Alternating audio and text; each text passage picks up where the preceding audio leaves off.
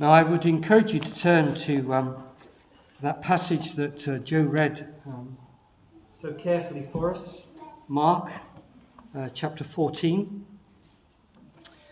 And we're going to look at these a little, and then we're going to come around the table and finish off what we're thinking about together. There's a couple of questions I want to start with, really. One is the background to this. How do you envisage the time in the upper room? Do you consider it a cozy time of friends, close friends, relaxing together, candlelit room, food on the table, and just enjoying a good meal together? Because as we look at the scriptures and we think about what the scriptures say, we see that, there was an awkward time at the beginning of this gathering together when they were having this embarrassing, in many ways, washing of their feet by Jesus. That's maybe not how you'd think this meal would begin, but that's how it began. And in the midst of this meal, you would expect all the conversation to be gentle and nice and lovely and just cozy. And yet here, in what Joe read for us, we have him talking about the fact that he's going to be betrayed. Now, that's not an evening meal conversation you'd expect to take place. But he makes it very clear to them that one of you will betray me. One of the inner circle. And then, and I purposely asked Joe to go on to verse 27, really to incorporate this in what we're thinking about and what we think about at this communion time and what we think about this evening meal that they're having. And that he knows, and he declares it, that they'll all desert him. Everyone gathered around this table will desert him. Now, if we were writing about this meal, if we were writing this up and putting it in the latest journal that we had and trying to make it known, maybe we'd leave these out. Maybe the washing of the feet was a bit uncomfortable. Maybe, I won't mention that. Or maybe this talk here of someone betraying Jesus, one of us, we'd leave that out. How would we react to all of this that's taking place in this fellowship meal as maybe the time for you, as we're going to gather around this table, isn't so good? That the circumstances seem a bit like this, that I've been betrayed. I've been let down by close friends. What's our reaction? Because we have here what Jesus' reaction to all those things that he knows is going to take place are. He doesn't do what maybe we would do. He doesn't curl up and fold up and isolate and say, I'm having nothing more to do with these people who have betrayed me and let me down. They've abandoned me. We just become angry at everything and everybody. And this opening question really is just to get us to see that if salvation's plan was in our hands, I don't know where we'd be. But it's in Jesus' hands. His eyes are wide open to what's taking place. And yet, he goes on with it. That he actually, here, shows a love and a care for those who he knows are going to betray, to let him down, to abandon him. And he brings them to a place just after in those verses, to the table. To a time of a closeness and a time where he is admitting his commitment to them in the most intimate way, which is with the bread and with the wine. I ask that question really just to contrast with ourselves and to see these things clearly and not have a romantic view of some of the things that are taking place here as we gather around the table. The second question I guess I should ask for you at least and for myself is, why Mark's Gospel again? Our Pastor Nigel is taking us through the the Gospel of Mark, and surely there's a wealth of other things to look at. Why Mark's Gospel? Well, my only answer to that is I tried hard, actually, not to go to Mark's Gospel. But I felt compelled, as I read these accounts, preparing for a communion service, as I read the accounts in the 4 Gospels of this time, I felt I had to go here. And in fact, I had to go to one particular sentence. Now, it's a strange one. Verse 21. The Son of Man will go just as it is written about him. That's the sentence. Don't go on. Just that sentence. For some reason, this sentence was what I thought I should bring before you this morning and talk to you about it. Just that. So we'll look at it. We'll divide it into the obvious 3 that it has there and think about them. We'll spend most of the time on the first part, the Son of Man. We'll then look at will go, and then just as is written about him. We'll look at those 3, but we'll spend most on the beginning. Because he uses this term, Son of Man. Now, there are times when we can, read a lot of scriptures, and that's good to do, but there are times when it's worthwhile just honing down on well, the Lord's talking to me from here. But it's just a sentence. Yeah, but he's talking to me from here. So we're going to do here. So, verse 21, the Son of Man. And it is a singular term. The way in which it's used, the way in which it's talked about in the Gospels is it doesn't mean anyone else. He goes on to talk about the Son of Man again, who will betray the Son of Man. He's talking about himself only. That phrase there that he's using. There's no one else beside. It is just Jesus. Now, to understand this, we can look around the scriptures to see what does this phrase that Jesus is using mean. What we'll try and do this morning is we'll try and stick to Mark's Gospel as much as we can to see that here we have the answers to this. But what we'll see, first of all, and what we'll note really, is that this phrase, Son of Man, is Jesus' most popular, if that's the right word, way of referring to himself. He uses this phrase, Son of Man, over 80 times in the Gospels. More than he uses any other phrase for himself. So it's obviously, to him, very important in the way in which he used it. And it isn't used in the Gospels for anyone else but Jesus. So what does it mean? We're going to look at a few Old Testament scriptures to help us understand this. And the astonishing thing, because we'll look at the Old Testament, and we'll come back to Mark's Gospel, look at the Old Testament, come back to Mark's Gospel, and we will see that he does an astonishing thing here with this phrase, the Son of Man, because he will combine 2 important people in the Old Testament, which is the suffering servant and the coming king, the deliverer of God's people, with this phrase, Son of Man. So we'll start with the suffering servant. If you'd like to turn to Isaiah chapter 53, a very well-known passage concerning the suffering servant. We're going to read a few verses from there, Isaiah 53, verse 10 to 12, and then we'll look at how Jesus refers to that, to the things that are being said in Mark's Gospel. So Isaiah 53, verses 10 to 12 say this, that you could read the whole chapter of 53. It'd be really valuable to come to the communion table having read all of it, but we'll just concentrate on a little. And Isaiah has been talking about this suffering servant that will come, and he says, "Yet it was the Lord's will to crush him and to cause him to suffer.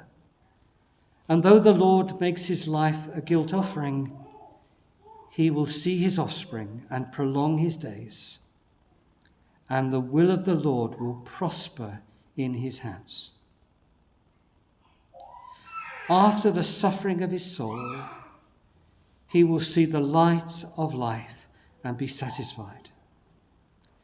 By his knowledge, my righteous servant will justify many, and he will bear their iniquities. Therefore, I will give him a portion among the great, and he will divide the spoils with the strong, because he poured out his life unto death and was numbered with the transgressors. For he bore the sin of many and made intercession for the transgressors. That's Isaiah, written centuries before Mark's Gospel and the events of Mark's Gospel. If you'd like to turn to Mark's Gospel now and just go back a few chapters to chapter 8 and see how Jesus uses this phrase, the Son of Man, and links to those things and others in the Old Testament. We're just reading one example to sort of see this. Mark's Gospel, chapter 8 and verse 38, says this, as Jesus is talking. He says, "If anyone is ashamed of me and my words in this adulterous and sinful generation, the Son of Man will be ashamed of him when he comes in his Father's glory with the holy angels." I read the wrong verse. Should have been verse 31. We're going to come to 38. I've read the wrong verse. Verse 31, to link with Isaiah. That's linking with Daniel. He then began to teach them that the Son of Man must suffer many things and be rejected by the elders, chief priests, and teachers of the law, and that he must be killed and after 3 days rise again. That's better. I'm just going to show you how he brings out Isaiah's words. Chapter 9, verse 31.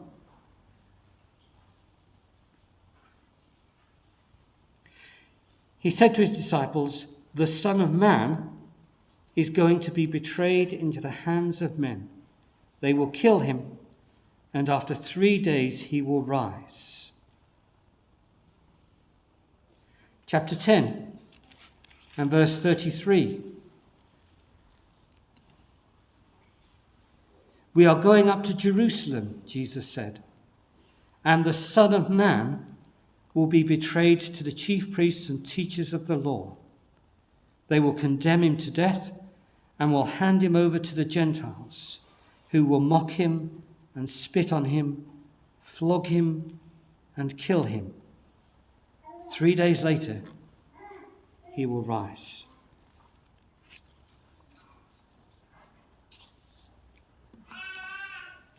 Just to link again with a different look at what he's saying, stay in chapter 10 and look at verse 45,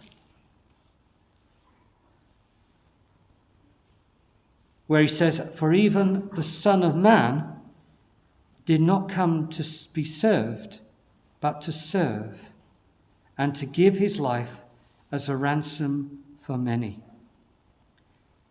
He uses the term the Son of Man to link with the scriptures declaring about the servant who would come.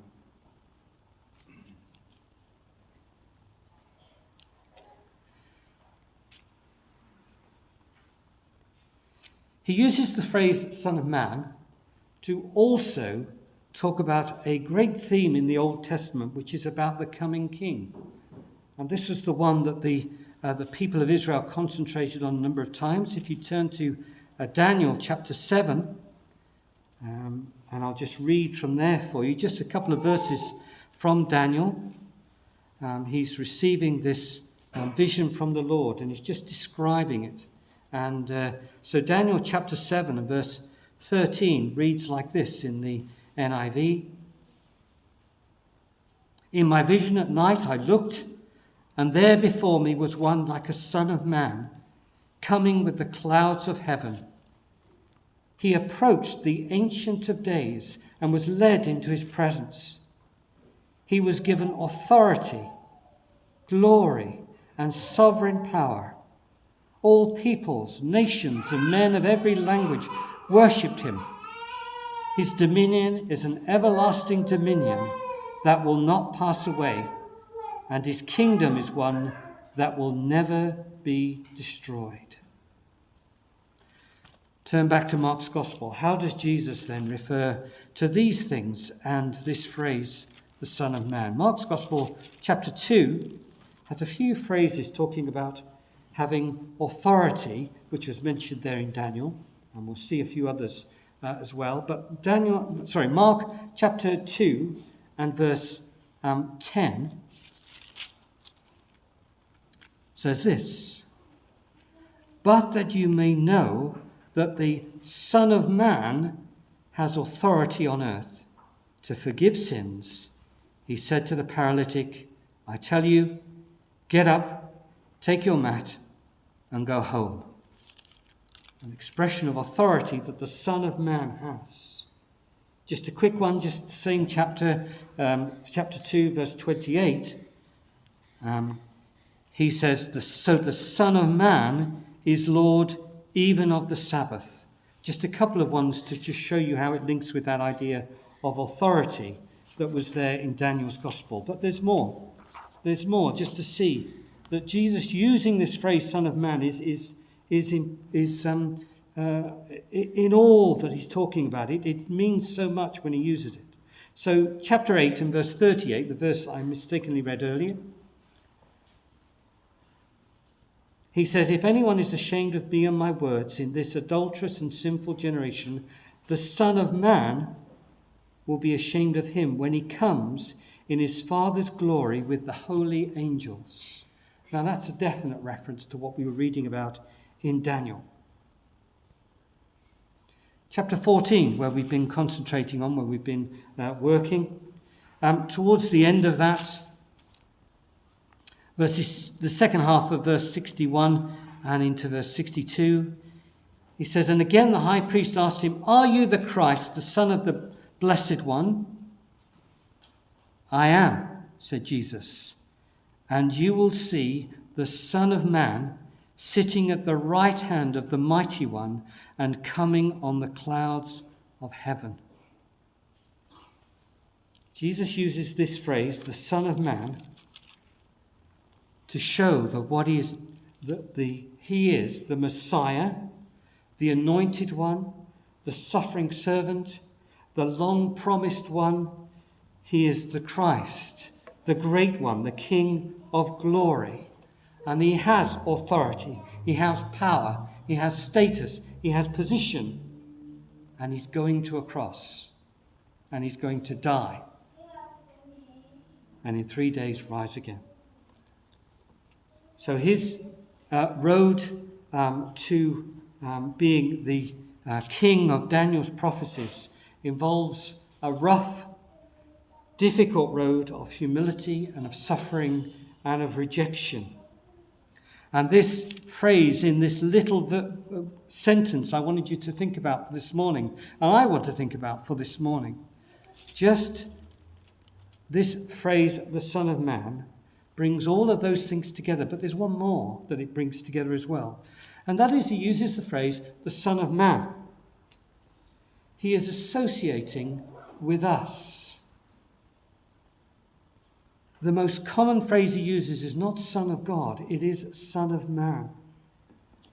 That in the mercy and the condescension of this one who is the marvelous one that Daniel describes, refers to himself as the Son of Man. That he came to live among us, to die among us, and that as a man he would rise from the dead. It's an important phrase, not to jump over and pass over and read very quickly. It's an important phrase to read. So we'll just look at the other parts of that sentence that I was pointing out to you. The Son of Man will go. Now this is a declaration just after he said, one of you is going to betray me. And before he says, you're all going to leave me, he says he will go. the Son of Man will go.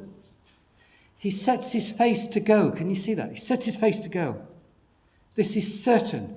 This is action that will take place, and betrayal is not going to thwart him. It's part of the plan. Desertion will not cause him to stumble. This path is already laid out and known. He knows where he's going. It's a rough road to tread, but he is determined to go this. No other way will do. That smoother path, that easier way. No, this is the way. He will go. The Son of Man will go. And then that last little phrase there. Just as it is written about him. Now that verse in verse 27, you'll see that comes out almost straight away, that he says, you will all fall away from me in verse 27. For it is written that all that's taking place, all that is happening is within the control and within the plan that he has. He brings this out again in the same chapter 14. Just turn over the page and you've got verse 49, where he brings this out again. Every day, this is when he's been in the garden, when he's arrested, and he says, every day I was with you, teaching in the temple courts, and you did not arrest me. But the scriptures must be fulfilled. There's linking with this phrase, this sentence, this one sentence we've been looking at, that it is all planned down through the centuries. It was on the record, long promised. This isn't haphazard. He's not making it up as he goes along, which is how some people seem to look at the life of Jesus. This was all a mistake. It wasn't meant to go to the cross. God is working out our salvation here. And in this one sentence, we have it all encapsulated in many ways. So what's the application of this to us? Well, we're going to gather around the table and we're going to talk about it there. So I'd just like you to, for a moment, prepare yourselves to meet around the communion table. I'll just move the microphone round to the front here, and then we'll carry on from there. So please prepare yourself to meet around the table, and we'll